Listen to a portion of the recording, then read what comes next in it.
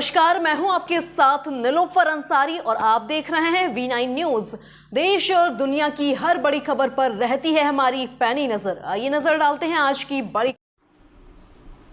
पूर्व सांसद सुब्रत पाठक पर हत्या की सुपारी देने का आरोप। भाजपा महिला मोर्चा की जिलाध्यक्ष नेहा त्रिपाठी ने लगाया आरोप।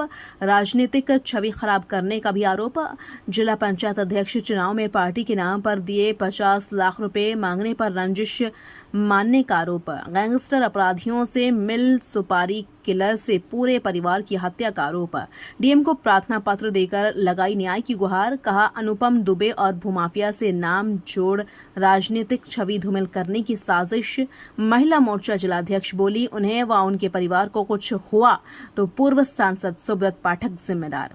छिबरामऊ क्षेत्र के चपुन्ना की रहने वाली है भाजपा महिला मोर्चा की जिलाध्यक्ष।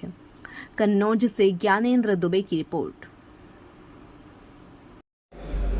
और जब चुनाव नहीं जीत रहे हैं तो जीतू त्रिपाठी मेरे ससुर साहब को सुन लिया धमकी दे रहे हैं। मेरे भाई साहब मुझे अपनी बात कहने का मौका दीजिए।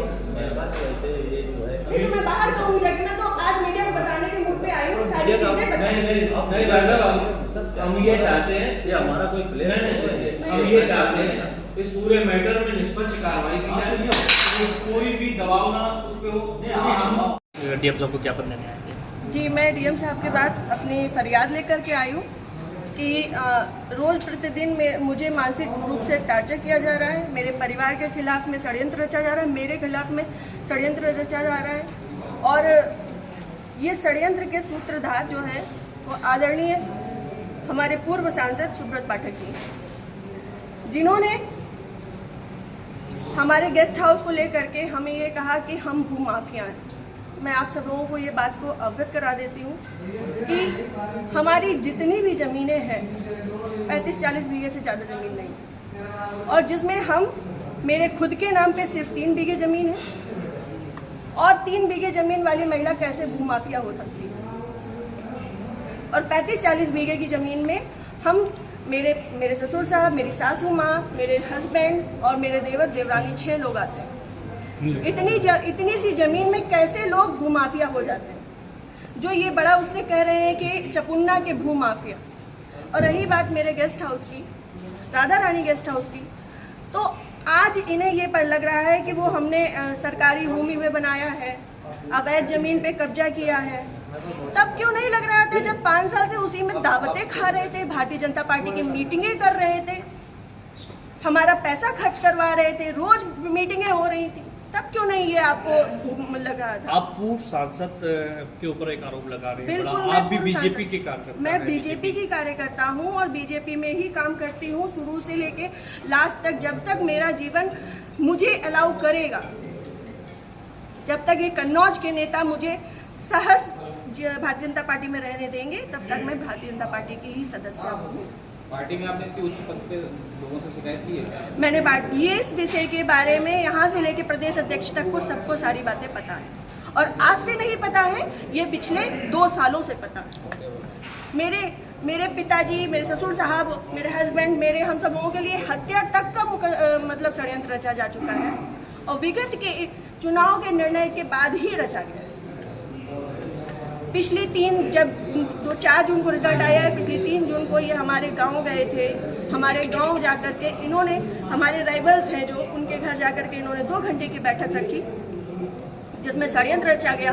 और उसके बाद ही उसी दिन इनके एक प्रमुख कार्यकर्ता कहिए, चमचे कहिए, कुछ भी कहिए, वो जीतू त्रिपाठी, उन्होंने मेरे ससुर साहब को फ़ोन किया, जिसकी मैं रिकॉर्डिंग आप सबको भेजूंगी और चाहूंगी कि मीडिया में आप चलाएं। उन्होंने मेरे ससुर साहब को धमकी दी कि अगर चपुन्ना चुनाव नहीं जीता तो आपको 4 तारीख के बाद देख लिया जाएगा। उसके बाद से ये सारा षड्यंत्र रचा गया। क्या चुनाव हरवाने में आपका भी श्रेय जाता है? मैं भारतीय जनता जिस पार्टी तरीके से वो की आरोप लगा रहे हैं, क्या वो कुछ भी कहे? वो तो ये भी कह रहे हैं कि भाई नेहा त्रिपाठी ने 20 लाख रुपए ले लिए थे सपा से। वो तो उनका मुंह है, कुछ भी कह सकते हैं। पर मैं भारतीय जनता पार्टी की कार्यकर्ता हूं, और सभी लोग सोशल मीडिया जानते हैं, चलाते हैं, सभी लोग मेरी आईडी में देख सकते हैं कि मैंने किस तरीके से काम किया है। मैं सुब्रत पाठक के लिए काम नहीं करती, मैं भारतीय जनता पार्टी के लिए काम करती हूँ। आपने प्रशासन और पुलिस से शिकायत की इस बारे में? जी, मैंने पिछली 25 तारीख को प्रशासन पुलिस से शिकायत की थी, जिसमें सीओजी की टीम गठित है और अभी तक कोई भी पकड़ा नहीं गया। क्या मानती है पुलिस, आप लोग प्रशासन और पुलिस दोनों लापरवाही कर रहे हैं? संभवतः हो सकता है, क्योंकि जिस हिसाब से अब दिन बीतते जा रहे हैं तो मेरा भी सब्र का पैमाना टूटता जा रहा है और मुझे, मेरे परिवार को बहुत ज़्यादा खतरा है इन लोगों से जो हमारे दुश्मन हैं। चूँकि सुब्रत पाठक जी ने, हमारे जो राइवल्स हैं, सभी आजीवन कारावास के मुजरिम हैं। सभी आजीवन कारावास के मुजरिम में, मैंने इसमें लिख के भी दिया है। संदीप तिवारी, प्रदीप तिवारी, मनोज अग्निहोत्री, ये बलात्कारी केस के और आजीवन कारावास, गैंगस्टर, इन पे सब तरीके की धाराएं लग चुकी हैं इनमें, ऐसे लोगों के साथ में। और जिसको इन्होंने हम लोगों की सुपारी दी है, अखिलेश यादव उर्फ छक्की, वो इनके, हाँ, यहाँ ठटिया का ही निवासी है, गांव झहुआ है उसका। वो इन लोगों के साथ में, सुब्रत पाठक के साथ में भी जेल में रहा है और इन लोगों के साथ में भी जेल में रहा है और अभी फरार है। और इन लोगों की मोटरसाइकिल भी उनके पास है, अभी तक वो भी बरामद नहीं हुई है। ये लोग सिर्फ मेरा मानसिक, शारीरिक और चारित्रिक शोषण करते आ रहे हैं 2 साल से। मैं 3 साल से मैं बहुत ज़्यादा परेशान हो चुकी हूँ। अब ये चीज़ें नहीं होंगी। आज आपने जिलाधिकारी से बातचीत की, क्या उन्होंने आश्वासन दिया? उन्होंने मुझे पूर्ण आश्वासन दिया है कि इस पे निष्पक्ष जांच होगी, क्योंकि हमारे पास रिकॉर्ड्स भी हैं, हमारे पास सबूत भी हैं और बहुत सारी चीज़ों के सबूत हैं। समय आने पे मैं वो सब आपके सामने रखूंगी।